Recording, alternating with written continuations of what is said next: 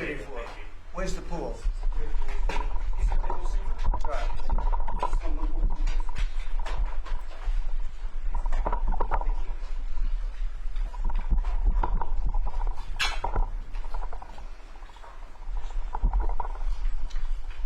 Well, thank you very much. It's great to have the Prime Minister of Australia. Fantastic place. A lot of friends over there, and this is one of them right here.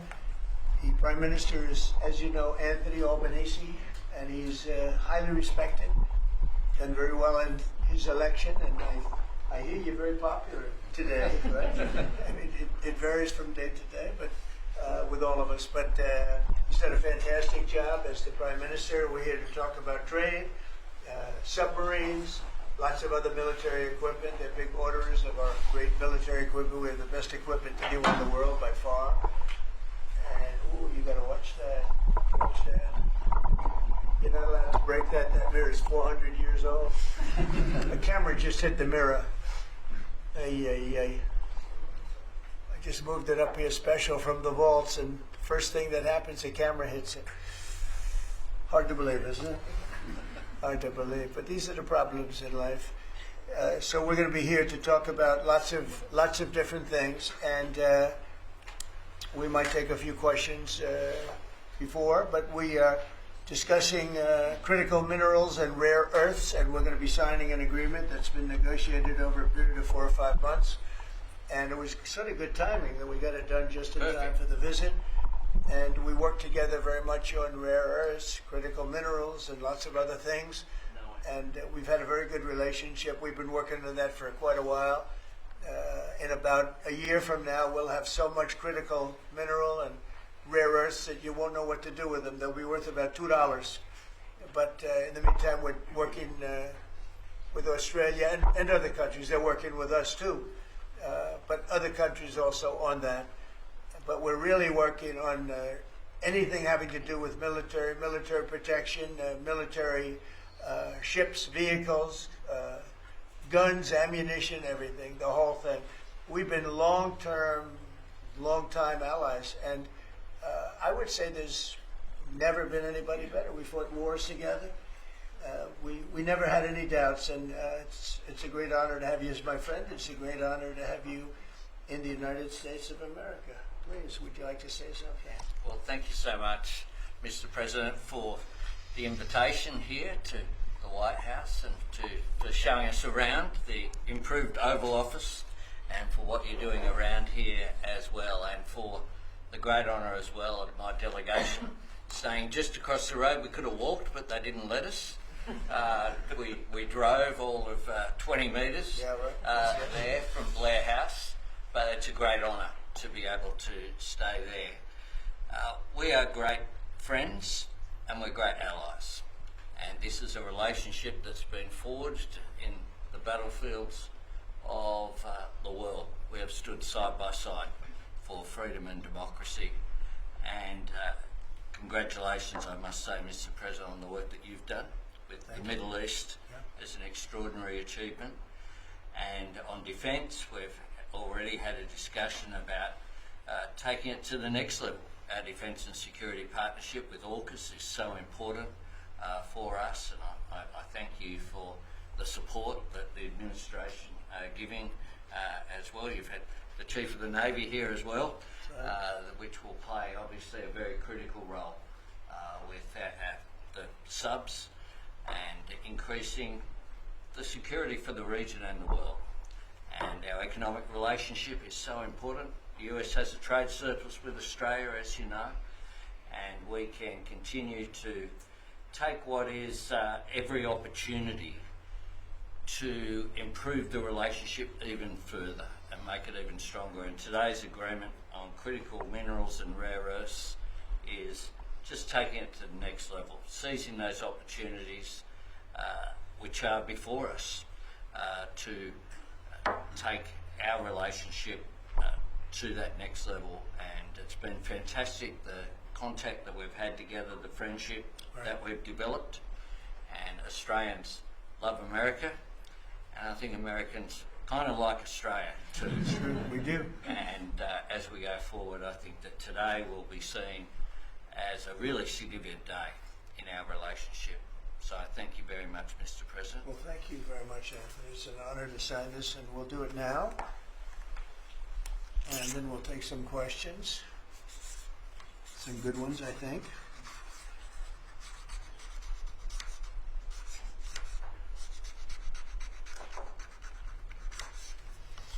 Okay.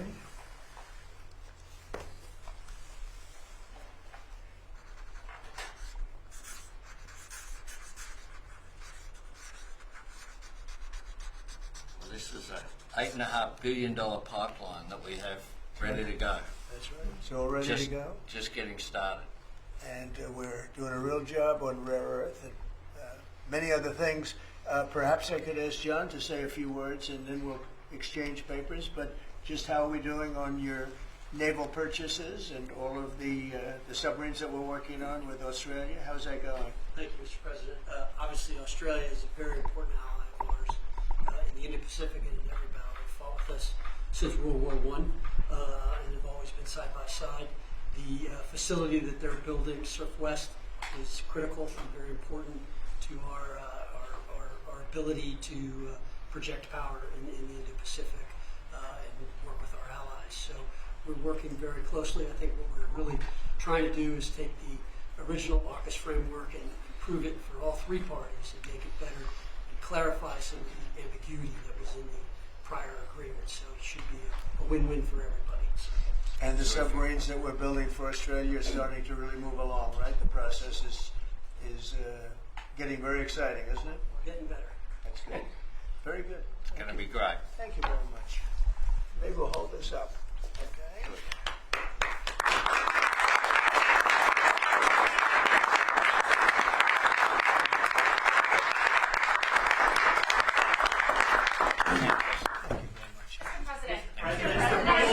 The AUKUS submarine pact, the AUKUS defence pact that the Prime Minister just mentioned, it is a critical issue for Australia. Yes. You haven't really spoken much about it publicly. It was a deal that was done under Joe Biden to sell submarines to Australia at a time when you're not really making enough for your own needs. So can you tell us, have you gotten across the details of the deal?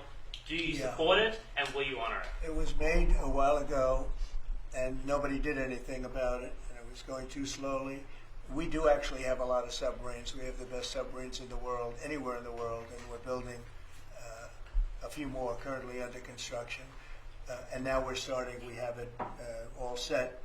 With Anthony, we've worked on this long and hard, and we're starting that process right now, and I think it's really moving along very rapidly, very well. But if the rate of submarine production doesn't continue, how can you guarantee Australia will get the votes? Oh, it's getting, oh no, they're getting. Mr. President. At least 32 people have been killed in those. Excuse me, you're next.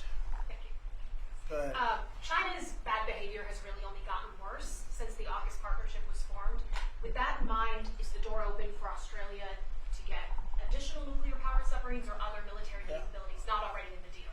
I think China's been very respectful of us. They're paying tremendous amounts of money to us as in the form of tariffs.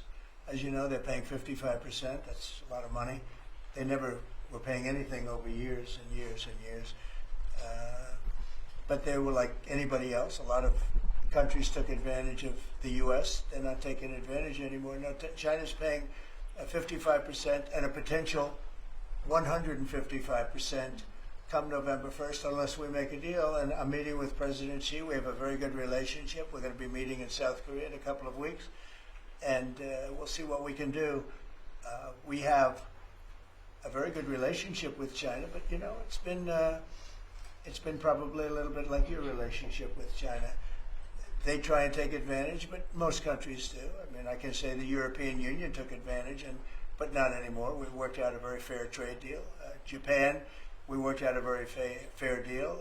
South Korea, where I'll be meeting President Xi, we worked out a very fair deal. And I expect we'll probably work out a very fair deal with President Xi of China.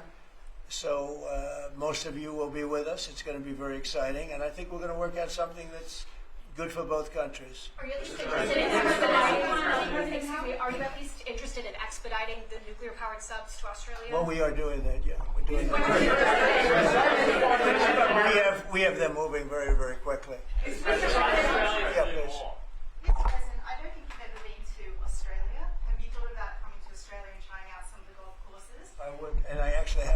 Australia, and I did play one of your great golf courses. They have great golf courses there. But I have been to Australia, actually. Come again? Oh, I would. In fact, I've been invited to go, and Indeed. I'll have to give it serious consideration. No, it's a real Did possibility. the Prime Minister invite you today? He did. And perhaps we could time it, must be said, with the President's Cup that Australia hosts as well. When is the President's Cup? We'll organise it at a time suitable for you, Mr. President. Okay, please, in the back, please.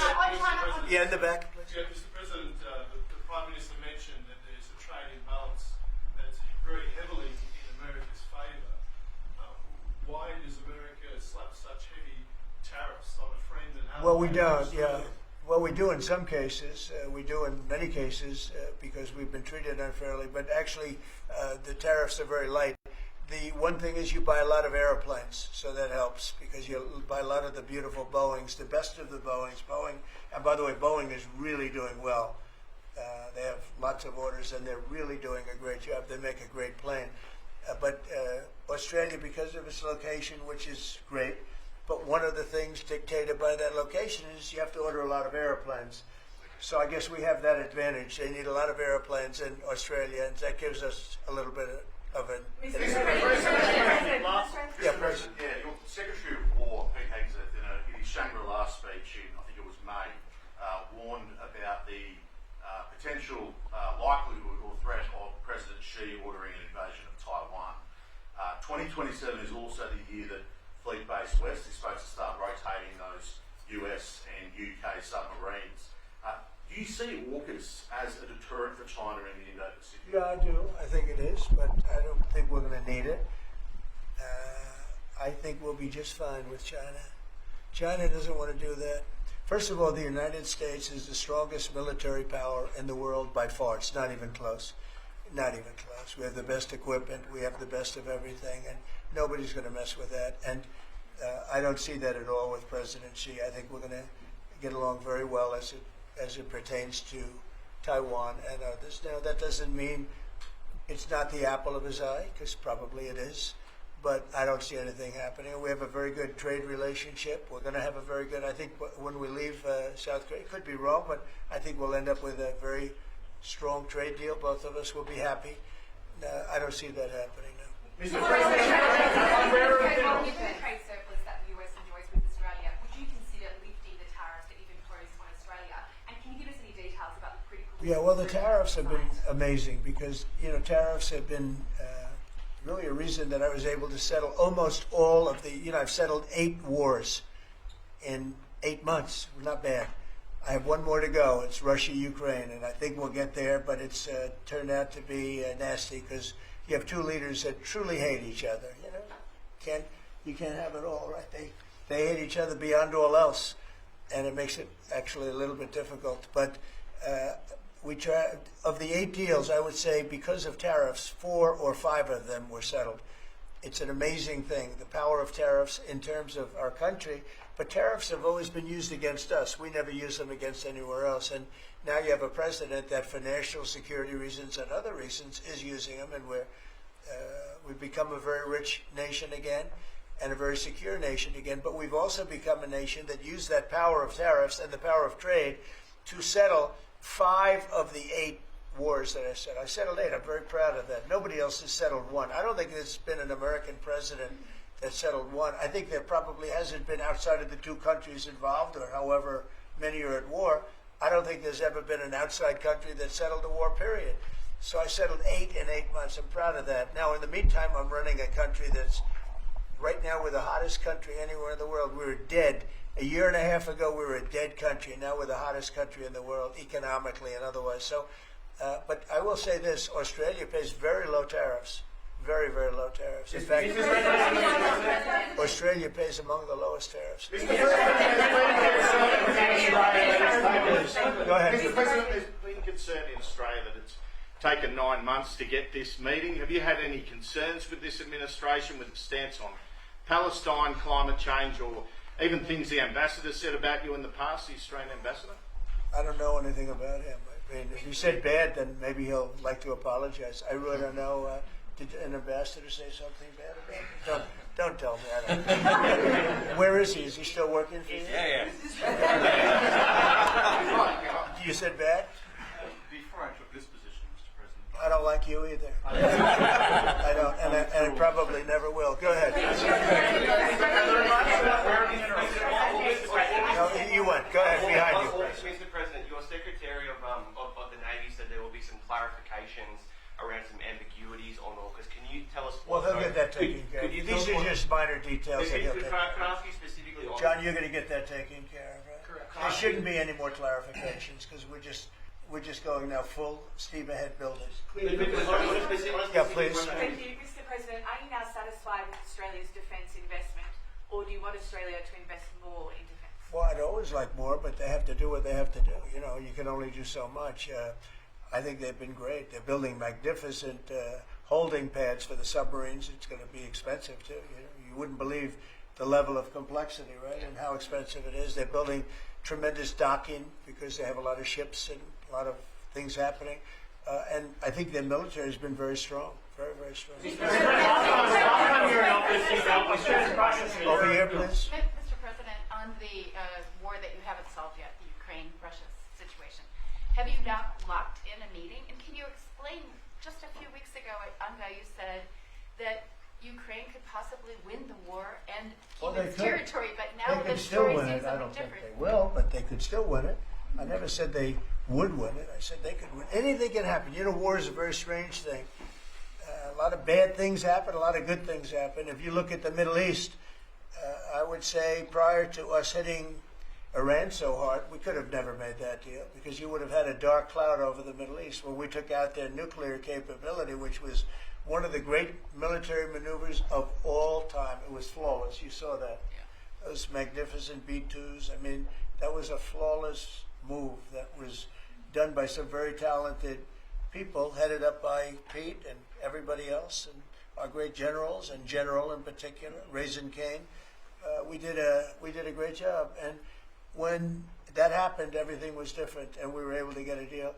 If we didn't do that, if it wasn't, you know, they wanted to do that for 22 years, Mr. Prime Minister. For 22 years, I had the pilots here, the B-2 pilots, and they came to the Oval Office, and I thought they deserved it. They flew 37 hours back and forth.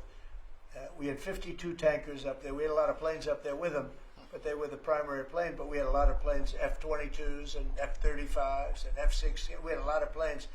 But we had 52 tankers. Can you believe that? And it was just like a flawless mission. And when it was finished, the Middle East just opened up. Amazing. And they've wanted to do it for 22 years. The pilots came up to me. They said, you know, for 22 years we practiced this maneuver. 3 times a year for 22 years, our predecessors and us. These are now young pilots, you know, but they're older now. Predecessors practiced it. And they said, we never had a president that would let us do it, but I let him do it, and it totally opened up the Middle East. It took the cloud over we had a dark cloud over the Middle East, and now it's all, I mean, we have a little situation relatively with Hamas, and that will be taken care of very quickly if they don't straighten it out themselves, because they're in violation of their agreement. Thank you, Mr. President. On rare earth minerals, Australia is one of the only places in the world that processes rare earth minerals. Yeah, it's good. Could there be an agreement? China has 90% of the processing. Could there be an agreement over processing rare earth minerals with Australia? Sure, that's what we're doing. That's It's part of the agreement. Can you say with Go ahead, please. Thank you, sir. Just, sorry. Yeah. On a follow-up on Taiwan, there are reports that you will come up, or China is pressuring you to not support independence for Taiwan in exchange for a trade deal. Well, I'm not going to talk about that. What I'll talk about, you and I will have that discussion in a couple of weeks when I'm in South Korea with President Xi. We're going to be talking about a lot of things. I assume that's going to be one of the things, but I'm not going to talk about that now. Yeah, please. Go ahead. Mr. President, you just alluded to the violence in the Middle East. What steps is the administration taking to maintain the ceasefire? Well, a lot of steps, and right now it's in the hands of others. You know, we have 59 countries that agreed to the deal. We have a peace in the Middle East for the first time ever. We made a deal with Hamas that, you know, they're going to be very good, they're going to behave, they're going to be nice, and if they're not, we're going to go and we're going to eradicate them if we have to. They'll be eradicated, and they know that. So they went in. They went in, and I don't believe it was the leadership, but they had some rebellion in there among themselves, and they killed some people. A lot of people. But this is a violent group. You probably noticed over the last 100 years, this is a very violent group of people, and they got very rambunctious, and they did things that they shouldn't be doing. And if they keep doing it, then we're going to go in and straighten it out, and it'll happen very quickly and pretty violently, unfortunately. Yeah, just following up on that question, when you say we are going to eradicate Hamas, who is we? Does that include American boots on the ground? No, it won't be on the ground at all. We don't need to, because we have many countries, as you know, signed on to this deal. The way I view it, 59 countries, and unanimous. There's never been, nobody ever believed us. Countries that 4 months ago didn't like each other, and now they're all aligned together. I mean, we've had countries calling me when they saw some of the killing with Hamas, saying, we'd love to go in and take care of the situation ourselves. In addition, you have Israel would go in 2 minutes if I asked them to go in. I could tell them, go in and take care of it. But right now, we haven't said that. We're going to give it a little chance, and hopefully there will be a little less violence. But right now, they're violent people. Hamas has been very violent. But they don't have the backing of Iran anymore. They don't have the backing of really anybody anymore. They have to be good. And if they're not good, they'll be eradicated. Everyone killed in the Caribbean was a narco-terrorist. Were any innocent civilians killed in the Caribbean, Mr. President? Not you. Could the Prime Minister weigh in more on the processing? And can Australia expand the process of rare earths? Absolutely we can, and we have the capacity to do so. And part of this deal is very specific, $8.5 billion pipeline. There will be $1 billion contributed from Australia and the United States over the next 6 months, with projects that are immediately available. There's 3 groups of projects, ones that are joint activities between Australia and the United States, such as Alcoa. Secondly is projects that will be US investment, that the US will undertake in Australia, including processing, and then ones that Australia will undertake, some as well. One of them is Australia, the US and Japan as well. So what we're trying to do here is to take the opportunities which are there.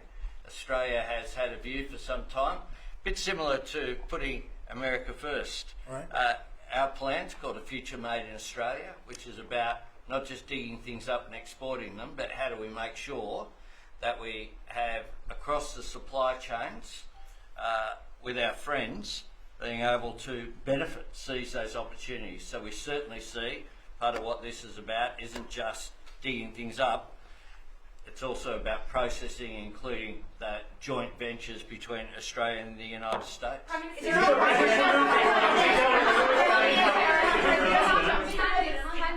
and Australia really compete with China? Aren't we decades behind in terms of the development? No. You've been reading the wrong newspapers. We're not decades.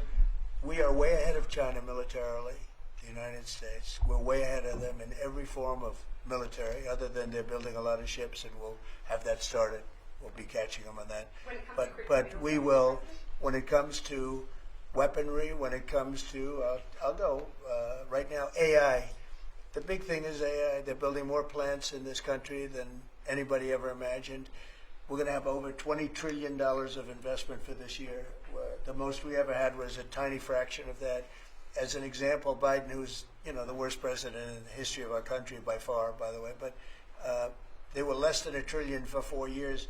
We're already now breaking $18 trillion of investment in 8 months. 18 trillion. No country in history has ever done that. We're way ahead of China in AI, and we're way ahead of China militarily from the standpoint of the sophisticated weapons. We have weapons that a lot of people don't even know about, and I got them started 4 years ago. I rebuilt the military 4 years ago, fortunately, because Biden didn't do anything but give a piece of it away to Afghanistan. Fortunately, as much as it sounded like it was a small part of what I built, but the Afghanistan giveaway was one of the worst. That was probably the most embarrassing day in the period in the history of our country. But we have the greatest military. We have the best equipment. We have the best manufacturers of equipment. We have the best weapons. When you look at our weapons, I've been talking a lot about our weapons. Everybody wants our weapons. But it's great to be working with Anthony. It's great to be working with the people of Australia because they also, I mean, it's a smaller country, but you have done a fantastic job in weaponry and the kind of things that we do a lot of joint work together. Our militaries work very, very closely together. We've been really an amazing ally when you think of it, right? There's never been any games. We're strongly committed, and they're strongly committed. There are some games with other countries, but there haven't been games with Australia.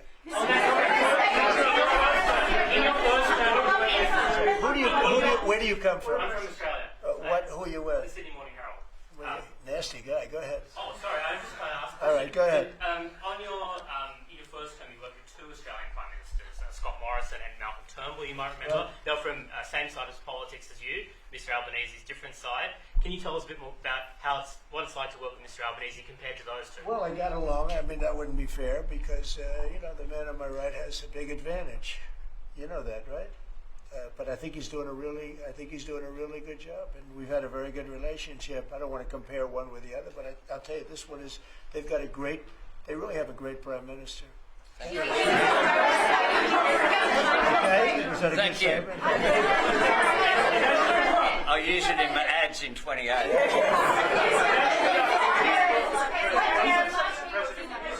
President Putin on Thursday, did you discuss his ongoing attacks on civilian areas in Ukraine? Yeah. Did you say cut it out? Did you say show an article of good faith to me? I did.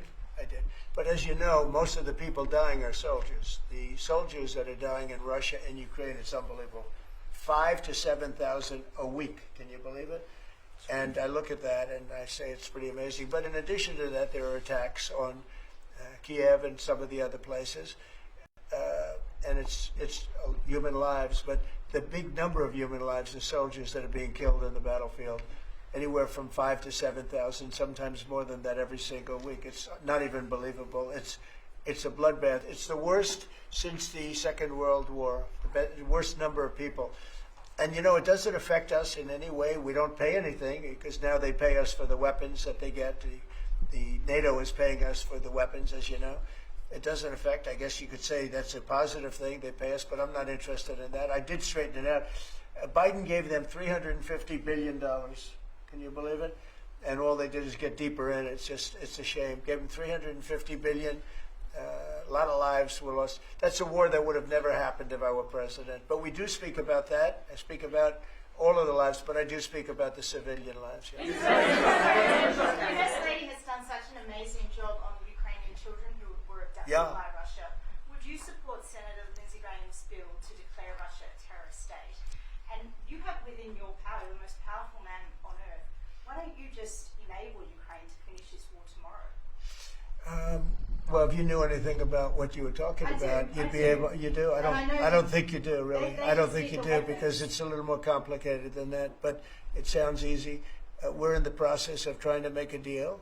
If we make a deal, that's great. If we don't make a deal, it'll be a lot of people are going to be paying a big price. Quiet. Go ahead. A question to both of you, if you don't mind. I love his haircut. I'm going to try that. No, I love it. Go ahead. So, as we all know, China controls 90% of the global supply of critical minerals. They have launched attacks on Australian companies, primarily Lynas Rare Earths. What will happen to China if they don't play fair with this? So, it's a very interesting question. We have a tremendous power, and that's the power of tariff. And I think that China will come to the table and make a very fair deal, because if they don't, they're going to be paying us 157% in tariffs. Right now, they're paying 55 to 57%. When I was first president and first term, we had the greatest economy we've ever had. And as you know, people don't write too much about it, but China paid us hundreds of billions of dollars worth of money for tariffs.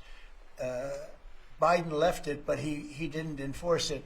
He gave exceptions to almost everything.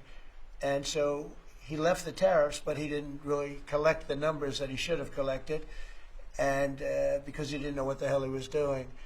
So now the tariffs are much higher on China than they were before, and they're high on other countries depending on whether or not we like that country or we get along, and that's for national security purposes. So I made deals with Japan, I made deals with the European Union, or the whole of Europe practically, but the European Union, made deals with a lot of different people. We have a very fair deal for, I will say, Australia's paying a low number. They do have, I'll change it, we have a little bit of an advantage on that one. I told you, the advantage we have is airplanes. We sell a lot of airplanes to them, and they need them.